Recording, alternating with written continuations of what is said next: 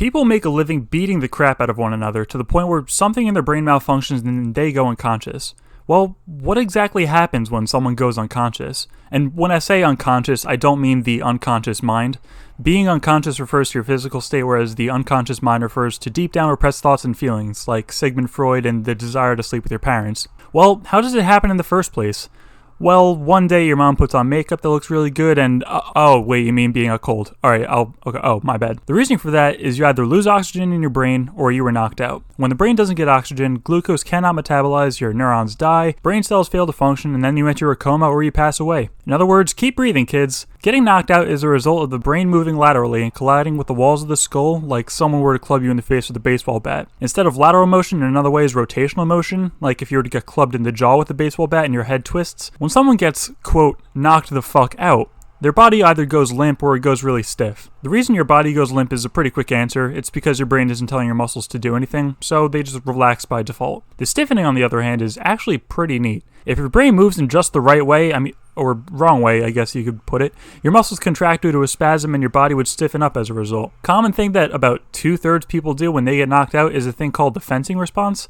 The fencing response isn't named after a dude named fencing, but rather it got its name because it looked like someone was doing the sport after they got punched in the face. One arm's flexed out in front of them and the other arm is curled up a little bit. The reason behind it is pretty neat, actually. When you're a tiny human, or a baby, you have all these reflexes and responses that you naturally forget about as time goes on, but you don't entirely lose them. For example, if an adult puts their finger in a baby's palm, the baby grabs the finger as a natural response. One of the reflexes that babies have is the fencing response. If you're an adult and there's a severe blow to the head, then the same muscles that would do the fencing response are activated. In other words, whenever you see someone go stiff with one arm out in front of them after being knocked out, they essentially got hit so hard they went back in time. Another way someone could go unconscious is from anesthesia. Going into this topic, I hope I learned how general anesthesia works. Turns out, no one really knows. Since no one really knows how it works, I guess they figured things out through like trial and error and after killing a ton of people and... Alright, wait, something's going on, right? You do realize something's been going on, right? It's not just me? If it's not just me and you notice it also, then this video is just for you. This video is seemingly possessed or haunted by some paranormal presence, and I want to address this issue.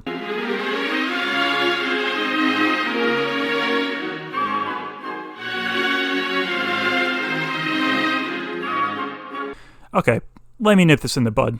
This video isn't possessed. I edited in every little glitch myself. The audio going in reverse, the altered images, the naked albino man staring through your window, that's all me. I lied about the video being possessed, but would it ever be possible to blame things on something paranormal? Like, if it gets a little cold, can you say, oh, it must have been a ghost? I mean, it seems reasonable if you believe in ghosts, why not? If a door closes because of wind, could you say it was a ghost? I mean, who knows, man, they may exist, what the hell do I know? What I want to know is, where do you draw the line for something that could be feasibly paranormal? I think claiming you were possessed would almost always be a load of crap.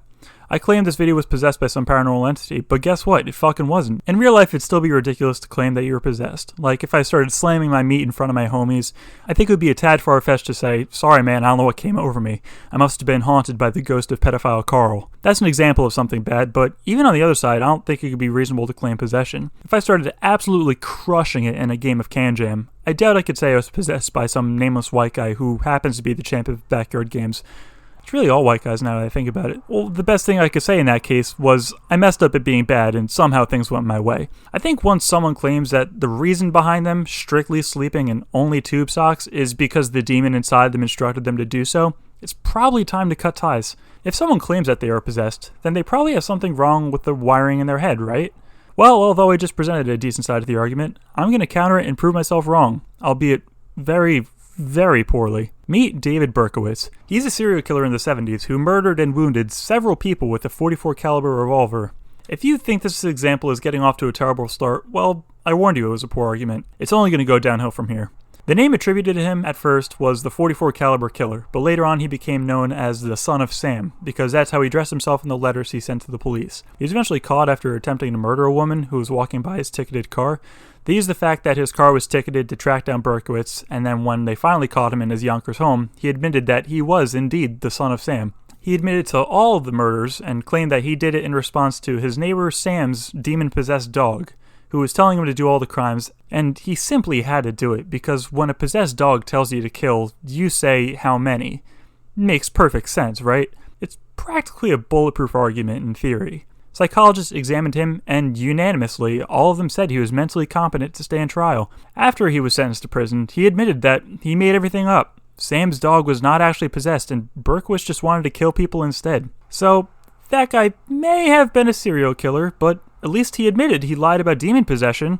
It was such a terrible example of proving you don't have to be crazy to claim you've seen a ghost. Like, me presenting that story was like someone saying, sure, I shoot heaps and heaps of heroin, but at least I'm not hitting the jewel anymore. Proving the existence or non-existence of ghosts is impossible. Everything has to be a he said, she said scenario because there's no application of the scientific method that can confirm nor deny it. Even if a brilliant elderly scientist, like super old and dusty, old as fuck, but also really smart, claims to have seen a ghost, society could say that he has Alzheimer's, or that we should probably stop pumping his lab full of psychotics. A former stage magician who was very adamant that the paranormal doesn't exist is a man by the name of James Randi. After retiring from stage magic, he would go on to shut down any fun associated with people claiming things happened due to paranormal activity. Not normal stuff. The case he is most famous for is shutting down Peter Popoff, who he claimed was able to heal people after hearing their ailments through the voice of God. Randy knew something was up and decided to crush Popoff's livelihood as a con artist by proving he was using an earpiece to get messages from his wife. Popoff's wife was reading people's information to Peter, then Peter would claim God was giving him the information, and as a result, he could trick a lot of people and make a ton of money. Randy would go on to hold a contest for anyone who could prove their supernatural powers for a prize of $1 million. He's not the only organization who has a prize of proving someone is paranormal, though.